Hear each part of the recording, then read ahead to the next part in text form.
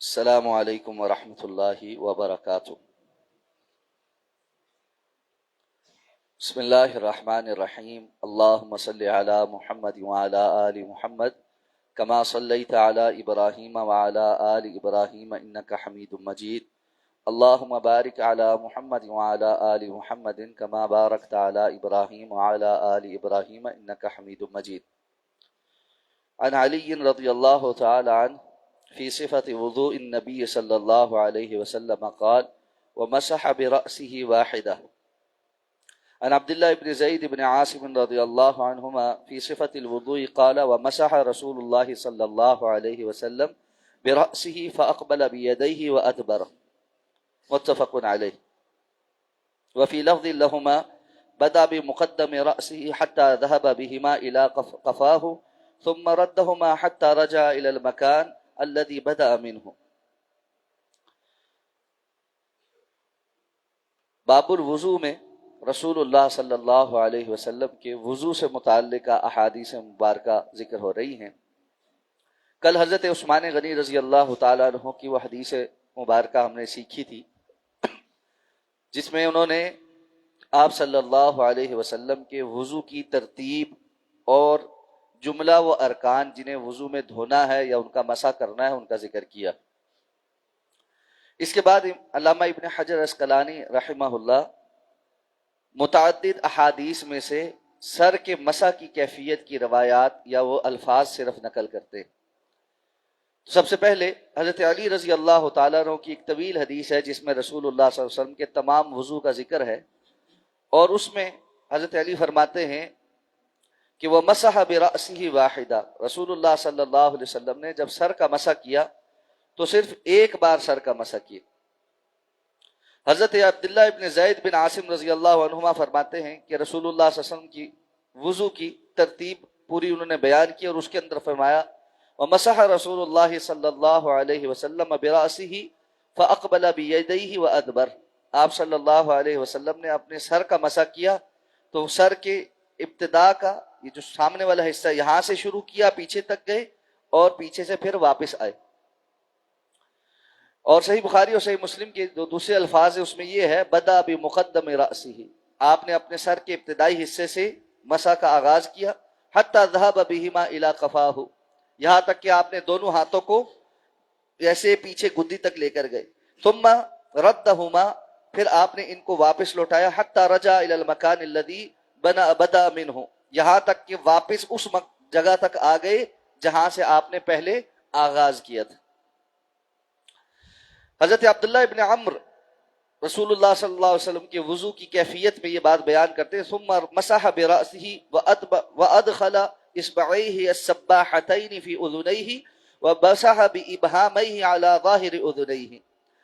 رسول اللہ صلی اللہ علیہ وسلم نے اس طرح سر کا مسح کیا اور اس کے بعد اپنی شہادت کی دونوں انگلیوں کو اپنے کانوں کے اندر داخل کر کے کان کے اندر مسح کیا اور دونوں انگوٹھوں سے کان کے باہر کا مسح کیا۔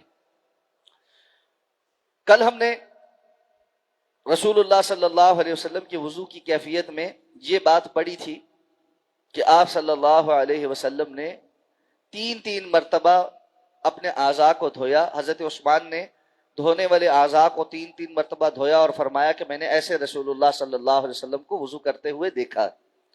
تو اس میں یہ مسئلہ بھی ثابت ہوا تھا کہ وضو کے اعضاء کو تین مرتبہ دھویا جا سکتا ہے، اور یہ وضاحت کی گئی تھی کہ 3 مرتبہ سے زیادہ دھونے سے رسول اللہ صلی اللہ علیہ وسلم نے منع فرمایا۔ اب یہاں پر ان احادیث کو لا کر سب سے پہلی بات جو علامہ ابن حجر عسقلانی رحمہ اللہ نے ثابت کی ہے وہ یہ ہے کہ سر کا مسح 3 بار نہیں ہے بلکہ سر کا مسح ایک ہی بار ہے۔ وضو کے باقی اعضاء چونکہ ان کو دھونا تھا تو اس میں کوئی چیز دھلنے سے رہ نہ جائے، خشک نہ رہ جائے، اس بات کا اہتمام تھا، اس لیے 1 سے زائد مرتبہ 2 مرتبہ دھو لینا یا زیادہ سے زیادہ 3 مرتبہ دھونا تاکہ یقین ہو جائے کہ کوئی جگہ خشک نہیں رہ گی۔ لیکن مسح کرنے کا مقصد در حقیقت یہی ہے کہ ایک جو سر ہے اس کے بالوں کا یا سر کا مسح ہو جائے، اس کی ہر جگہ کو تر کرنا یہ مقصود نہیں۔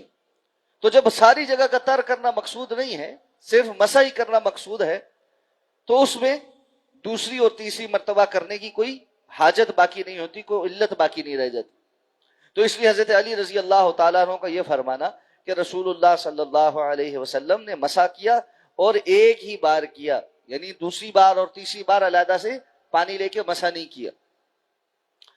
دوسری حدیث مبارکہ کو ذکر کیا ہے تو وہ کہ آپ صلی اللہ علیہ وسلم نے دونوں ہاتھوں سے سر کا مسح کیا. پہلے ہاتھوں کو یہاں پیشانی کے پاس سے اس کا آغاز کیا، پیچھے لے کر گئے اور واپس لے کر آئے. اب اس سے بعض لوگوں کو اشکال ہوا کہ یہ واپس لانا اس کا مطلب ہے یہ دوبارہ مسح کرنا ہے. تو تیسری روایت اس لیے لے کر آئے ہیں کہ اس بات کو واضح کریں کہ ہاتھ پیچھے گدی تک لے کر جانا اور پھر ان کو واپس لانا، یہ در حقیقت مکمل ایک مرتبہ مسح ہے، یہ دہرانا نہیں ہے. اس کو دہرانا تب ہوتا کہ جب آپ ایک مرتبہ ایسے کرتے، پھر نیا پانی لیتے، پھر ایسے کرتے، جس طرح آپ وضو کے اعضاء کو دھوتے ہوئے ہر مرتبہ نیا پانی لیتے. تو مسح کی پوری مکمل کیفیت ایک مرتبہ میں یہ ہے کہ انسان سر کا مسح کرے اور ایک ہی مرتبہ پانی کے ساتھ وہ کرے، دوبارہ اس کو پانی لینے کی یا ہاتھ گیلے کرنے کی حاجت نہ ہو. تیسری روایت جو لے کر آئے ہیں اس سے یہ ثابت کیا ہے کہ سر کے مسح میں کانوں کا مسح بھی شامل ہے. اس لیے اس روایت کو بھی اسی کے ذیل میں لے کر آئے ہیں جس میں رسول اللہ صلی اللہ علیہ وسلم کے کانوں کے مسح کرنے کی تفصیل موجود ہے. اب یہ کیسے ہے اس کو ذرا سیکھ لیجیے اور دیکھ لیجیے. رسول اللہ صلی اللہ علیہ وسلم جب مسح فرماتے تھے تو اپنے ہاتھوں کو گیلا کر لیتے، اس کے بعد یہ تین انگلیاں آپ ایسے ملا لیں، اور یہ جو شہادت والی انگلی ہے اس ہاتھ کی دائیں ہاتھ کی اور اس کے مقابل بائیں ہاتھ کی جو انگلی ہے ان کو سباحتین کہتے ہیں یا سباحہ کہتے ہیں. یہ جو دو انگلیاں ہیں ان کو چھوڑ دیں اور جو ان کو ہم انگوٹھا کہتے ہیں ان دو کو چھوڑ دیں. یہ تینوں آپس میں ایسے مل گئی، جہاں جہاں سے بالوں کا آغاز ہوتا ہے یہاں سے شروع کریں، یہ پیچھے تک جائیں جہاں بال ختم ہو رہے، اور یہاں سے واپس آئیں ایسے آگے، یہ پورے سر کا مسح ایسے ہو جائے. اور اس کے بعد یہ جو دو انگلیاں چھوڑی تھی ان کو کان کے اندر داخل کریں، اور یہ جو اندر اللہ نے ایک پیٹرن بنایا اس کے اندر ایسے گھما لے. اور جو دو انگوٹھے چھوڑے ہیں یہاں حدیث کے واضح الفاظ کیا ہیں کہ آپ نے اعلی ظاہر اذنیہ، یہ جو کان کی سر کی جانب گردن کی جانب جو جگہ ہے اس پر مسح کیا، ایسے پیچھے داخل کر کے یوں. تو یہ پورا سر کا مسح کرنے کی ایک ترتیب ہے کہ آپ پہلے ایسے پیچھے گئے، واپس آئے، کانوں میں انگلیاں داخل کی، اندر گھمائیں، اور پھر ایک یوں پیچھے ایک دفعہ اس کو کر لیا. سارے ساتھی ایک دفعہ کر لیں، سیکھنے سکھانے میں کوئی شرم نہیں، اچھا ہو جائے. یہ جو ہے نا اس کی کوئی دلیل نہیں. ہاں جی، تو یہ رسول اللہ صلی اللہ علیہ وسلم کے سر کے مسح کرنے کی ترتیب تھی. اللہ رب العزت سے اس دعا کے ساتھ اللہ ہمیں سمجھ کر عمل کرنے کی توفیق عطا فرمائے. سبحانک اللہم و بحمدک، نشہد ان لا الہ الا انت.